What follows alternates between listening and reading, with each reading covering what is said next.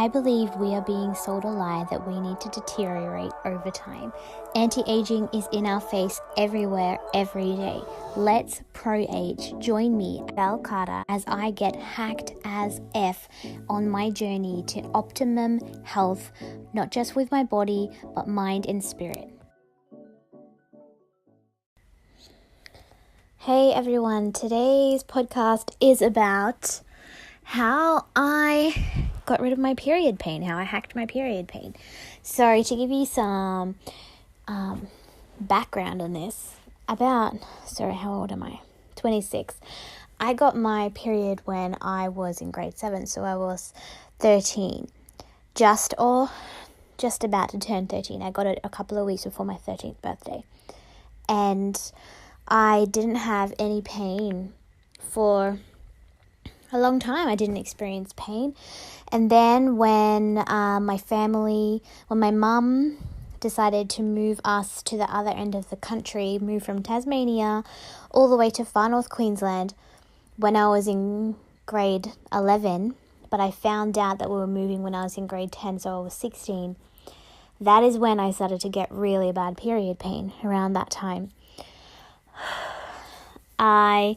The kind of pain that, the best way to describe this pain is a knife just scraping at your insides. That is how I could describe it to you best.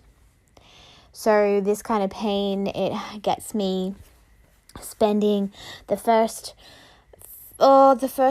few hours of my period on the bathroom floor, it makes me feel like the only way that I will feel better is if I throw up or if I go to the toilet, and both things only give temporary relief. So it's just not a long-term solution, even though I feel like if this happens, then I'll have relief, but it doesn't go away. And I remember one time not long ago, I'd say probably last year, I woke up in the morning and I didn't just have period pain, I also had a muscle spasm in my stomach, and it was such bad pain. It was so bad. I had to get my oldest brother to actually take me to hospital because I was really a little bit worried, especially with the muscle spasm I was having. I could see a muscle moving in my stomach, and it was really, it was scary. Anyways, of course, by the time I got through the ER, the pain had really gone down a lot. I'd already tried to stick it out at home for a couple of hours, and so by the time I got actually through the ER, waiting, queue to see a doctor, the pain had already gone down so much. But they gave me some heavy drug.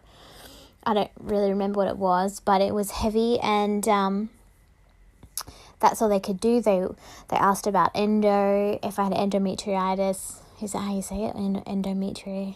Endo. I should find out how to actually say that. And there is actually, as far as I'm aware, there's no way to test for endo unless you actually operate. And then when you operate, there is actually no real treatment. So it's kind of a stupid thing that I'm aware of at this point in time, from the studies I've been told and the gynecologists I've spoken to. So, so that's the extreme length that my period pain would go to. I've had to go home from work before, and or I'll just end up sitting on the floor at work or curled up in a ball. So yeah, it's real. It's real. And when people say like they don't get period pain or period pain's not such a big deal, like, bless you that you think that it's not such a big deal or you don't get period pain. Like, yeah, well, some of us get it. So I've had that really bad pain. So that's going on 10 years now. I've been having really bad period pain. It's June now. I just finished my period last week, and I had zero pain. No pain at all. It's unreal. It's absolutely crazy. Like, I have kind of like that bit of a little ache in my tummy, tiny ache, just kind of a little bit of a cramp, but nothing, no other pain for the whole time I had my period. And that's just unheard of. It's crazy, especially because just in March, my period in March, I was actually overseas with my mom, and we were in California at the time, and we only had a couple of days there, and I was devastated that my time, we were actually in San Francisco on that day, and we were driving through the country, and we only had one day in San Francisco, and I do this thing where I was doing headstands all over the country, and I wanted to get one from the Golden Gate Bridge, but I just couldn't. My pain was too strong. There was no way in hell I was going to be able to hold myself up. So that was devastating, but that's how bad the pain was in March. And my just last one, gone, no pain, zero pain. So I'm going to tell you, what have I done in that time, and this is why. So I have actually been seeing a few specialists and gynecologists because I have a fair bit of pelvic pain that's not the same as period pain. I'll go into that in another episode. But I've been working through that, and at the same time I have started... I got my DNA testing done, and with my DNA testing I got my food reports and my sports performance reports. So I've started training the way it tells me to train specifically for my DNA, and also eating the way I'm supposed to eat specifically for my DNA. So my last period came off just the back of my 8-week challenge finishing, and I had zero pain. And I believe there is no coincidence here that my period didn't hardly hurt at all after I just spent 8 weeks eating and training the way that my DNA is intended. Also, I just started seeing a specialist about my pelvic pain, but that's only last month. So that was only I was already 4 weeks into my eating plan by then. So I believe I'm also aware that this has just been one period, and so I'm curious to see how we'll go for my next one. So I'll give you an update next month and tell you how my next period's gone. But drugs have never worked for me. They're so annoying actually, because if they're strong enough to take the pain away, they have to be strong enough to make you sleepy. And I remember being at school, and there was 2 other of my friends, and we got really bad period pain, and so at a couple of days a month we would just be out to it, because the drugs to keep the pain at bay were so extreme that they just make us sleepy, and we couldn't do any work because we were just so dazed because of the drugs, and it's horrible.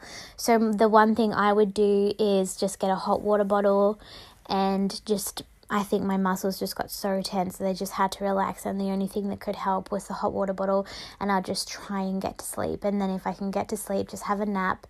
By the time I wake up, the pain had really died down. But that's the only way I had been treating my period pain. I hadn't really been taking much pharmaceutical drugs, because I just didn't like the side effects that I would get because the ones I had to be so extreme. I didn't want those side effects as well, but the pain was just fucked. I'd have to take time off work. But anyway, the DNA testing has given me it didn't say anything about my period pain in my DNA results, but the food that I've been eating is a bit different to normal, because that's based off my DNA. So unreal. And that's how I've treated my period pain. I went into this DNA testing, and I didn't even think that it could affect my period. I just thought, this is my lot in life. I just have to handle this every month, that I have to be in excruciating pain once a month. But I'm so pleasantly surprised that my period pain has just gone. This time around, it's gone. So I will give you an update this time next month, how it's been, because it's just been unreal. So anyway, guys, I just wanted to share that with you guys, that's how I've treated my DNA. That's how I've treated my period pain, and it's been the most effective. I haven't had to take anything. I'm not taking magnesium or anything like that. So yeah, but thanks for listening, and I will give you an update of my period next month, so stay tuned for that. Hey, thanks for tuning in to Hacked as F, fellow hacker. If you want to hear more, then you know what to do. You rate, you comment, you subscribe, you tell us what you want to hear, and we'll find ways and teach you ways of optimizing your life in every possible way.